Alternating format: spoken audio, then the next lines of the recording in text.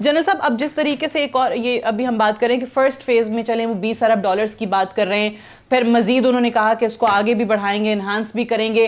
अब इन्हीं crown Prince का इंडिया का दौरा भी है। ऑलरेडी एक बार फिर से वो जंगी जनून भी भारत का हम देख रहे हैं पुलवामा इंसिडेंट के बाद से। जाहिर है जब अगर सऊदी अरेबिया इस खित्ते में, ना सिर्फ पाकिस्तान में, भारत में, पूरे खित्ते की बात करें कि अगर इतनी भारी, इतनी खतीर रकम इन्वेस्ट कर रहा है, तो वो कभी भी ये नहीं चाहेगा कि उस खित्ते के अंदर तनाव हो, क्योंकि वो उसको सूट नहीं करता, उसकी इन्वेस्टमेंट को सूट नहीं करता। तो पाकिस्तान के बाद भारत का ये जो दौरा है, आपको लगता है कि उनके इस दौरे से इस हालिया तनाव की जो कैफियत है उसमें भी कोई कमी आ सकती है?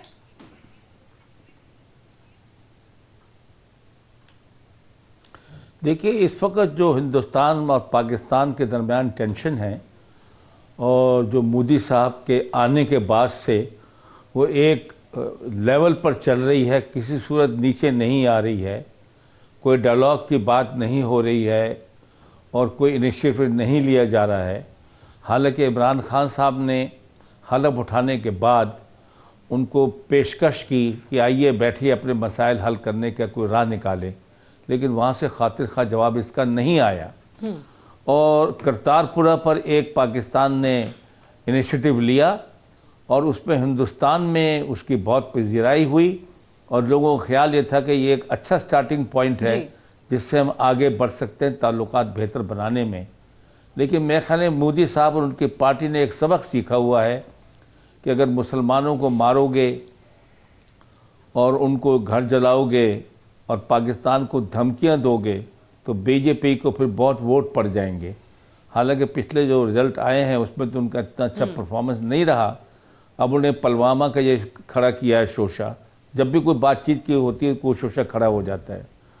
लेकिन ये एक अननेचुरल सिचुएशन है और दो पड़ोसी एक इतनी हाइट के ऊपर टेंशन के हर वक्त वहाँ पर एलओसी पर कभी फायरिंग हो जाए, कभी धमकियाँ हों, ये अननेचुरल है। ये बहरहाल इसको नॉर्मलाइज करना होगा और इस पर दुनिया वाले समझाते भी रहते हैं, कोशिश भी करते हैं। यूनाइटेड नेशन ने भी कहा भाई कश्मीर में आप मामलात को ठंडा करें और वो कहते हैं हम आपकी बातचीत करने को फैसिलिटेट करने को भी तैयार हैं, और भी लोग कहते रहते हैं।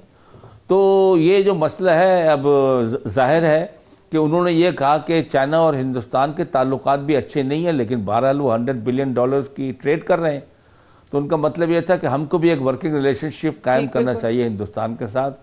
यही उनका हिडन मैसेज था और यही चाइनीज प्रेसिडेंट का मैसेज होता है कि अपने प्रॉब्लम अपनी जगह है, जो वक्त पे आप सॉल्व कीजिएगा, लेकिन हालात को नॉर्मलाइज करो। लेकिन ज़ाहिर ताली तो ये जो है उनकी तरफ से कोई गर्मजोशी दिखाई जाएगी तो फिर बातचीत आगे चलेगी। लेकिन मेरे ख्याल से ज़रूर उनको वो कुछ ना कुछ इस मामले में एडवाइस करेंगे। दो बातें मैं और कहना चाहता हूँ।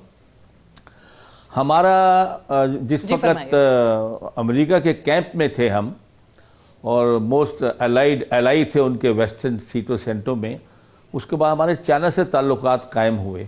जाहिर है अमेरिका चाइना को रिकग्नाइज भी नहीं करता था, उनके बहुत खिलाफ था, लेकिन हमने वो दोस्ती जो है कायम की और निभाई।